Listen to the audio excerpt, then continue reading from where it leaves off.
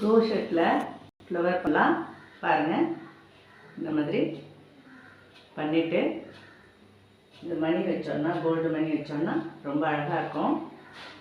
எப்படி பண்ணுறதுன்றத பார்க்கலாம். இந்த மாதிரி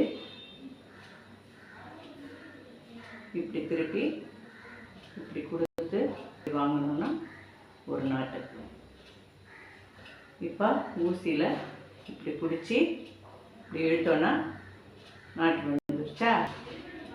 இப்போ 1 2 3 4 5 இது ஃபஸ்ட்டு எடுத்தோம் இல்லையா, அந்த இதில் நுழைச்சி இப்படி எடுத்து இதை நாட்டு 1 2 3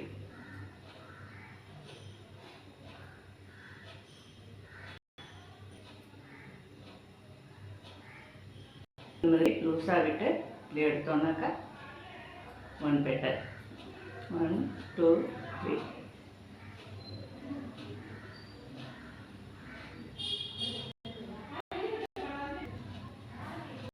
1 2 3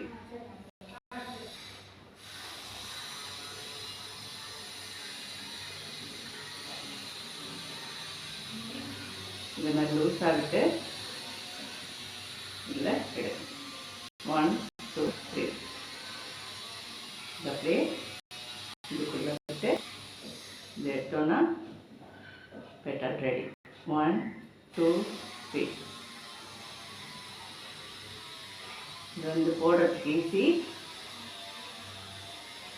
பெட்டல் அழகாக இருப்பாங்க. ரெட் கலரில் நேச்சுரல் ஃப்ளவர் மாதிரியே இருப்பாங்க.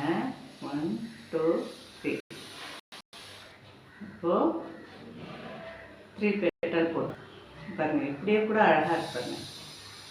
இப்போ 4 1 2 3 1 2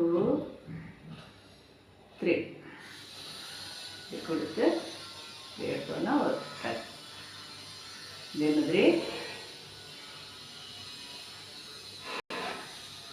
பாருங்கள் 4 பெட்டல். இது ஒரு மாடல் அழகாக இருப்பாங்க. 1 1 2 3 இப்போ இப்படி கேப் வச்சுட்டு 1 2 3 இப்படி எடுத்தால் பெட்டல் அழகாக வந்துடும். 1 2 3 இப்போ முடிச்சாச்சு. இப்போ இதில் கனெக்ட் பண்ணிடலாம். ஊசி பிடிச்சி உள்ளே விட்டு எடுத்து இதில் நுழைச்சி எடுத்தோன்னா முடிஞ்சுது பாருங்கள். இப்படியே விட்டோன்னா கீ செயினாக கூட இது பண்ணிக்கலாம். கீ செயின்னா இப்படிலாம். இப்போ வந்து இந்த மணியை வச்சு இதில் வச்சு தைச்சிக்கலாம்.